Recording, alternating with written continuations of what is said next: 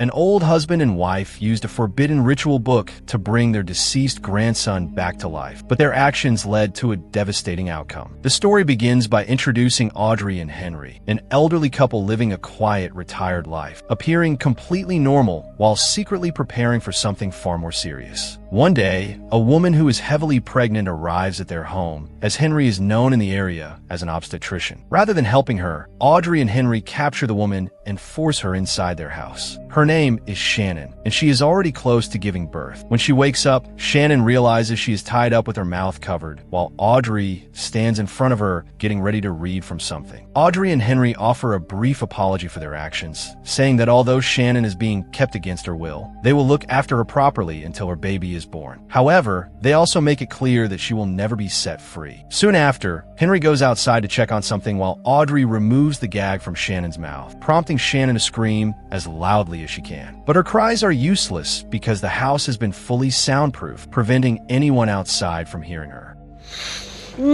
Hello? She's up!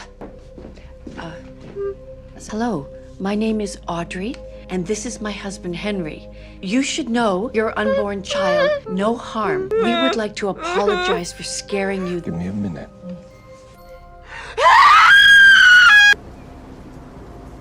Although Audrey insists she does not want to hurt her, Shannon is still extremely frightened. Audrey even warns her that she will cover her mouth again if she keeps shouting. Feeling hopeless, Shannon asks why they are doing this, and Audrey reveals that they're trying to bring their grandson, Jackson, back to life. At that point, Shannon realizes she can actually see Jackson, even though Audrey cannot see anything. At first, Shannon assumes Jackson is alive, but she is stunned when Audrey says he died long ago, making Shannon understand that she is seeing his ghost. Shannon also notices an injury on the back of Jackson's head, confirming that he is truly dead. I don't want to have to gag you again, but I will. All right, you rest. I'll bring you some lunch. Why are you doing this? Bring our grandson back. Finished. Him? See, he's dead. Even though she cannot see Jackson herself, Audrey still plays his favorite music before leaving Shannon alone in the room. Later, Audrey tells Henry that Shannon is able to see Jackson, which they take as a positive sign, strengthening their belief that their plan will work. Henry thinks about staying home from work, but Audrey refuses and insists he follow his usual routine to avoid raising suspicion. As Henry prepares to leave, he encounters a man named Rory, who is outside clearing snow. Henry tells Rory to leave, claiming Audrey is unwell, and Rory agrees without questioning much. Shovel your snow. Mrs. Walsh is pretty sick.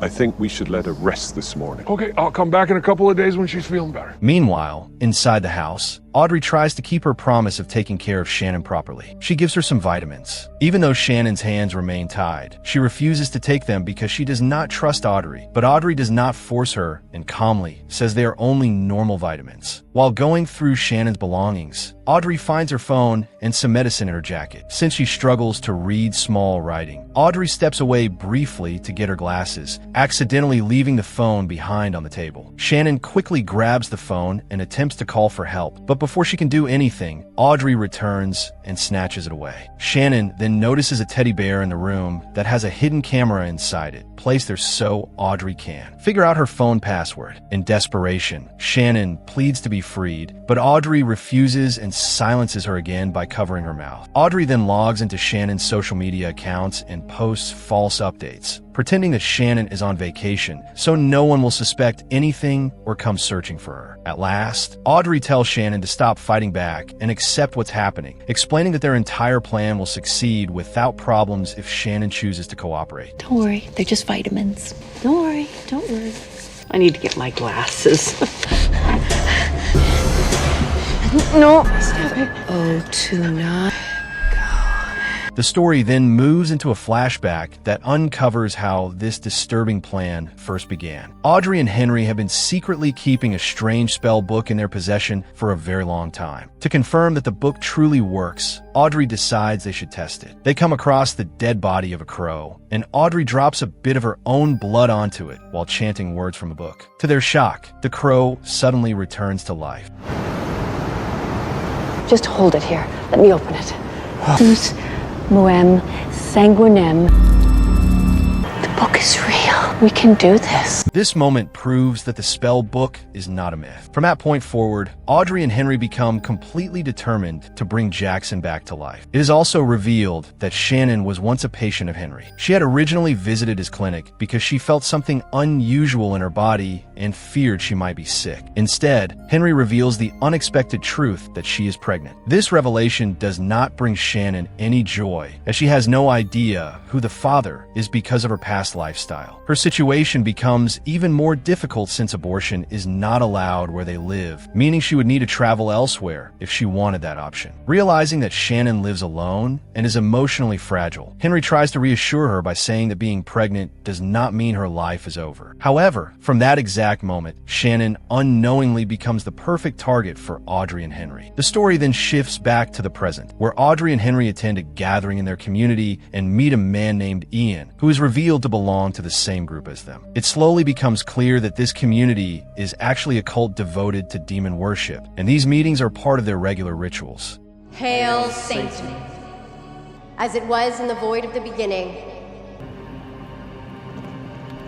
That night, Audrey and Henry finally carry out the ritual they have been preparing for all this time. Inside the house, Shannon suddenly begins vomiting a large amount of blood, and fear completely takes over her. Even as Shannon's condition quickly worsens, Audrey and Henry remain focused and continue the ritual without hesitation. They call upon dark forces to help transfer a soul, intending to place Jackson's spirit into the unborn baby growing inside Shannon. At the same time, the lights in the house begin to flicker, and Shannon's body shakes uncontrollably, showing that the ritual is actually taking effect. Audrey keeps chanting the strange incantations from the spell book non-stop. After a long and tense wait, they finally see Jackson's figure appear once more. Overwhelmed with hope, Audrey and Henry plead with Jackson to enter Shannon's body, specifically the baby inside her, so he can be reborn. But their hope is immediately crushed when a part of the ceiling suddenly caves in, causing Jackson's figure to vanish. As Henry moves the debris aside, they instead discover a horrifying entity standing behind Audrey. The creature then walks towards Shannon, and slowly her violent shaking stops, followed by the lights in the house returning to normal. Henry quickly checks on Shannon and realizes that although she is weak, she is still alive and somewhat stable. You don't have to do this. We wish to invite our Dark Lord. My blood is your blood. Don't hurt my baby. Nos invite, Sir God. Nos invitare indomam. Come and take the baby. Go on, Jackie.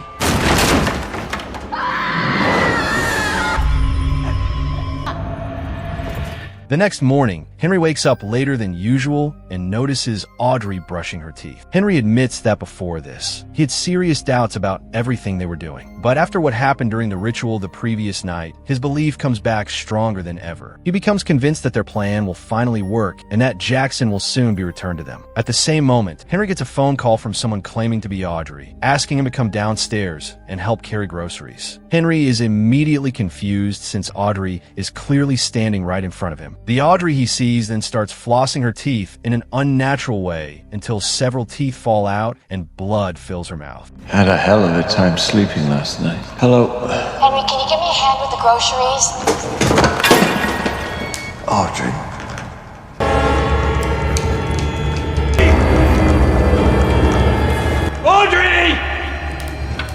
When she turns around to look at Henry, her face becomes horrifying, causing Henry to scream in fear. A moment later, the frightening vision disappears as the real Audrey appears. Henry tells her everything he just witnessed, but Audrey sees nothing unusual and assumes it was only a hallucination caused by lack of sleep. Henry then decides to continue his day as normal and heads to work. At his workplace, a detective named Bellows comes to see him, investigating Shannon's disappearance. Henry is known to be one of the last people who had an appointment scheduled with Shannon before she went missing. Staying calm, Henry explains that Shannon canceled the appointment herself, so they never actually met that day. Since Henry shows no signs of panic or suspicion, Bellows does not push the matter further. After the conversation, Henry quickly calls Audrey to tell her that the police have started looking into Shannon's disappearance. Audrey is not shocked, as she had already expected this to happen. For her, the most important thing now is that they stay calm and composed. Meanwhile, back at the house, Audrey hears someone knocking on the front door. When she opens it, she sees a child completely covered in a white sheet like a ghost costume, asking for candy even though it is not Halloween. Thinking it's just a prank, Audrey shuts the door. But then the knocking starts again, this time coming from the back door. When she checks, the same ghost costume child is there again. Audrey closes the door once more, but the figure keeps appearing in different places until it suddenly seems to be inside the house. Terrified, Audrey runs upstairs and tries calling Henry, but he does not pick up immediately. From below, she sees the small ghost-like figure running through the house. When Henry finally answers, Audrey desperately begs him to come home right away, but the voice on the phone tells her that she must give up her soul. Audrey quickly realizes that the voice is not Henry's. In panic, she runs toward the elevator to escape, but when the doors open, a tall figure dressed entirely in a white ghost costume is standing inside. Audrey freezes in fear, and moments later, the figure vanishes, leaving only the white cloth behind. Still shaken, Audrey goes into Shannon's room. Shannon asks why she was screaming earlier. Audrey explains that the child in the ghost costume reminded her of her daughter, who is Jackson's mother and used to wear a similar costume every Halloween. When Shannon asks where her daughter is now, Audrey says nothing and quietly leaves the room. Soon after, Shannon notices that the teddy bear above her contains a hidden camera, so she shakes the bed until it falls down, stopping Audrey from watching her. Shannon then attempts to break free from the handcuffs, but suddenly she is terrified to see a ghost under the bed, a male spirit with his head wrapped in plastic, bending his body in an unnatural way. Shannon's fear reaches its highest point as the creature slowly comes closer while she is unable to escape. All she can do is scream as the ghost climbs onto the bed and begins biting her stomach. Moments later, Audrey rushes into the room, and this time she can also see the ghost. The entity moves toward Audrey, but disappears the moment Henry walks in.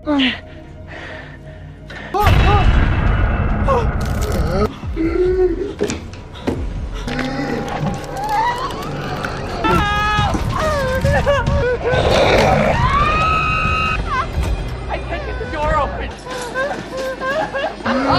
Henry quickly treats Shannon's injury by stitching it up and ensures that her condition is stable and not life-threatening. At this point, both Henry and Audrey come to the realization that unseen entities are now present throughout their home. This unsettling situation begins to shake Audrey's confidence, making her question whether their actions are truly justified. The following day, they notice an increasing number of crows gathering around the house, which signals that their ritual has brought serious consequences. As the tension continues to rise, Rory suddenly shows up again. Audrey immediately hides, while Henry goes outside to meet him and firmly tells him that their agreement is canceled. Rory explains that he is currently separating from his wife and never received any notice about the cancellation. Henry clearly wants Rory to leave quickly so he won't hear Shannon's screams, but Rory insists on continuing to clear the snow for free as a favor to a regular customer. The situation becomes even more chaotic when Rory starts using the snow machine and casually greets Audrey, assuming she is unwell. Inside, Audrey grows more and more uneasy because multiple supernatural presences are appearing, even though only Jackson was supposed to return. Henry tries to calm her by saying everything will be over soon since Shannon will give birth in a few days, and afterward they plan to move to Mexico. However, the situation takes a darker turn when Rory suddenly says they were right, because Jackson really is inside the house. Soon after, Rory begins behaving strangely and suddenly takes his own life by throwing himself into the snow clearing machine. Realizing there is no turning back now, Audrey and Henry secretly get rid of Rory's body without telling anyone. A few days later, Audrey continues to look after Shannon, whose wrists have been injured from the handcuffs. Feeling guilty, Audrey wraps fabric around the restraints to reduce the pain. When the cuffs are loosened briefly, Shannon does not attempt to escape. Instead, she asks Audrey if she plans to kill her once Jackson is brought back. Audrey gives no response, years, and her silence makes the truth clear to Shannon. Shannon then asks about Audrey's daughter, and in a heavy tone, Audrey reveals that her daughter and Jackson were in a car accident. Jackson died instantly, while his mother suffered severe physical and mental damage, eventually losing her grip on reality and taking her own life. Stay the hell away from me. Any blood circulation, just make it a lot softer for you. Are you gonna kill me when you have your grandson back? You're not saying anything. In another place, Henry is busy burying Rory's body in a location he believes is safe and hidden. As he tries to steady himself, his phone suddenly rings. It is Detective Bellows, who says she wants to confirm some important details and plans to meet Henry again, even suggesting coming directly to his house. The situation becomes more urgent when Bellows tells him she is already near his home, while Henry is still far away. Yes, hello? Dr. Walsh, I'm wondering if I could come see you for a quick chat. Can I come by your house? Yes, of course. I'm actually in your neighborhood. Let's meet at your house. Well, actually, I'm out right now.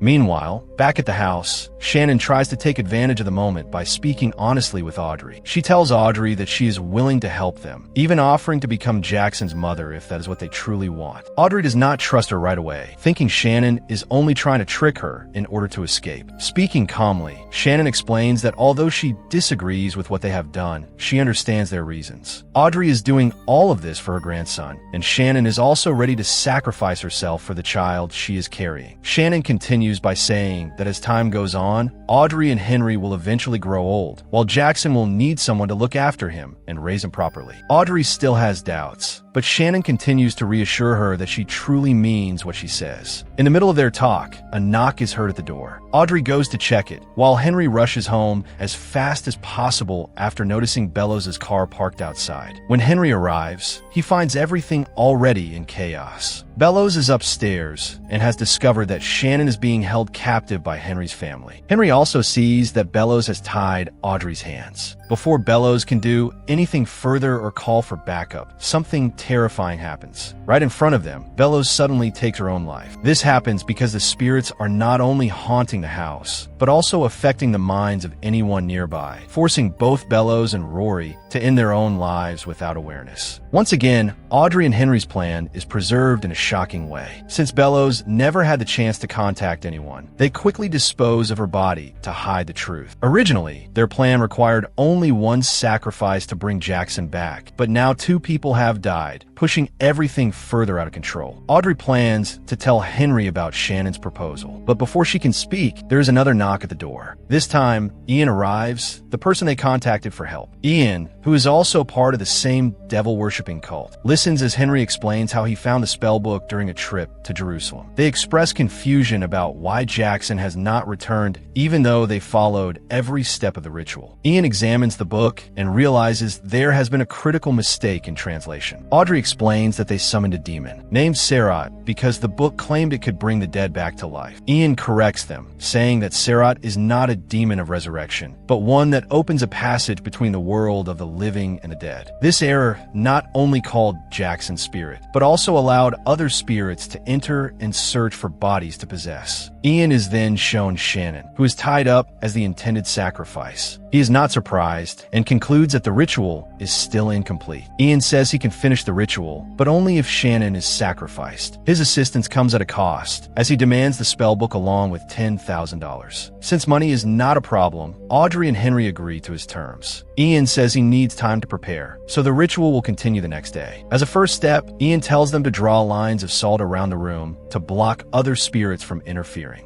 Where did you find this? I flew to Jerusalem and This might be the oldest book in the world. You asked Sergei to bring him back. It's okay. Is she alive? Yes. You actually did the right thing. Our grandson, the reason that we're doing this. I get to keep the book and $10,000. No problem. You're gonna need salt. That night, Henry stays to guard Shannon. Shannon once again offers to stay alive and help raise Jackson, but Henry has already abandoned his humanity for the sake of the ritual and ignores her completely. He then reveals a shocking truth. The one who was driving the car during the accident that killed Jackson was actually Audrey. Everything Henry is doing now is for Audrey, who has never been able to accept her grandson's death, especially since her daughter also died as a result of that same incident. During their conversation, Bellows' spirit suddenly appears and repeats the act of taking her own life in front of Henry, as if trapped in a never-ending loop. Henry realizes that anyone who dies inside this house will remain there as a wandering spirit. Meanwhile, Ian is at his own house, studying the spellbook in preparation for the next ritual. After finishing, Ian returns to Henry's home. When no one answers the door, he enters on his own and is once again startled by Bellows' ghost. Realizing that time is running out, they decide to begin the ritual immediately without waiting any longer. Ian instructs Audrey to chant the incantation while he leads Henry out of the room. He measures several steps and scatters dead rats as part of the preparation, then warns Henry that there may come a moment when he will have to kill Shannon himself. If Henry hesitates, Ian insists that all of them could die. Inside the house, Audrey continues by drawing ritual symbols across the floor once again. Shannon realizes that her remaining time is quickly running out. Pretending to be hungry, she asks for food, which causes Audrey to step away and leave her alone for a short moment. Taking advantage of this chance, Shannon loosens her restraints and manages to free one hand, though the other remains locked in the handcuff. She then spills water and breaks a glass, acting panicked while claiming that her water has broken. Audrey immediately contacts Henry and Ian, and they rush back to start the ritual, aiming to transfer Jackson's soul into the baby Shannon is about to deliver. By accident, Ian steps over the salt line that was meant to protect the room, breaking the barrier and allowing spirits to enter. Despite this, Ian hurriedly continues the ritual. At the same time, Henry receives a call from another cult member who informs him that Ian has just murdered his own mother. Henry quickly warns Audrey that something is seriously wrong with Ian, but by then the ritual is already underway. Animus, TV, offerings, film, TV, Henry! Ian killed his mother last night. Something's wrong with me. Ian cuts into his own leg as part of the ritual, while Shannon only pretends to feel pain. Shannon then secretly takes a sharp piece of glass from the broken cup and suddenly grabs Audrey, holding her hostage while demanding that Henry give her the key to the handcuffs. Audrey pleads with Henry to continue the ritual, but Henry finally realizes that his love for Audrey is stronger than his desire to bring Jackson back. Afraid of losing her, Henry hands the key over to Shannon. Shannon lets Audrey go and quickly unlocks the remaining restraints. Her left hand and right leg are already free, leaving just one leg still chained. However, Ian intervenes by snatching the key back from her. Losing control, Ian stabs Audrey in the stomach. Without stopping, he continues the ritual and calls on the demon to take any body it chooses. At the same time, Shannon uses her free hand to stab Ian in the leg. Suddenly, a ghost appears and drags Ian out of the room. Henry stands frozen, horrified, as he sees Audrey lying motionless while Shannon desperately reaches for the key to unlock the handcuff still binding her leg. Soon after, the same ghost that once moved in a twisted backbend position appears again, this time trying to enter the baby inside Shannon. Before it can succeed, Henry makes a final choice by grabbing the key that fell during the struggle with Ian and unlocking the last handcuff on Shannon's leg. Henry apologizes for everything he has done and tells Shannon to run as far away as she can before things become even worse. At the same time, something begins to come out of Audrey's lifeless body, as if another force is attempting to take over her as a new vessel. The failed ritual brings a terrifying consequence for Henry as well, as a dark presence emerges from within him and ultimately kills him. Now, completely free, Shannon realizes that the house is filled with countless wandering spirits, including Rory's ghost, which repeatedly relives his death just like Bellows. Without wasting a second, Shannon escapes the house and takes Bellows' car, driving as far away as possible from the cursed place. On the way, Shannon briefly stops after seeing an apparition, then nervously holds her stomach, worried about the baby she is carrying. After confirming that her baby is still safe, Shannon continues driving, and the story comes to an end.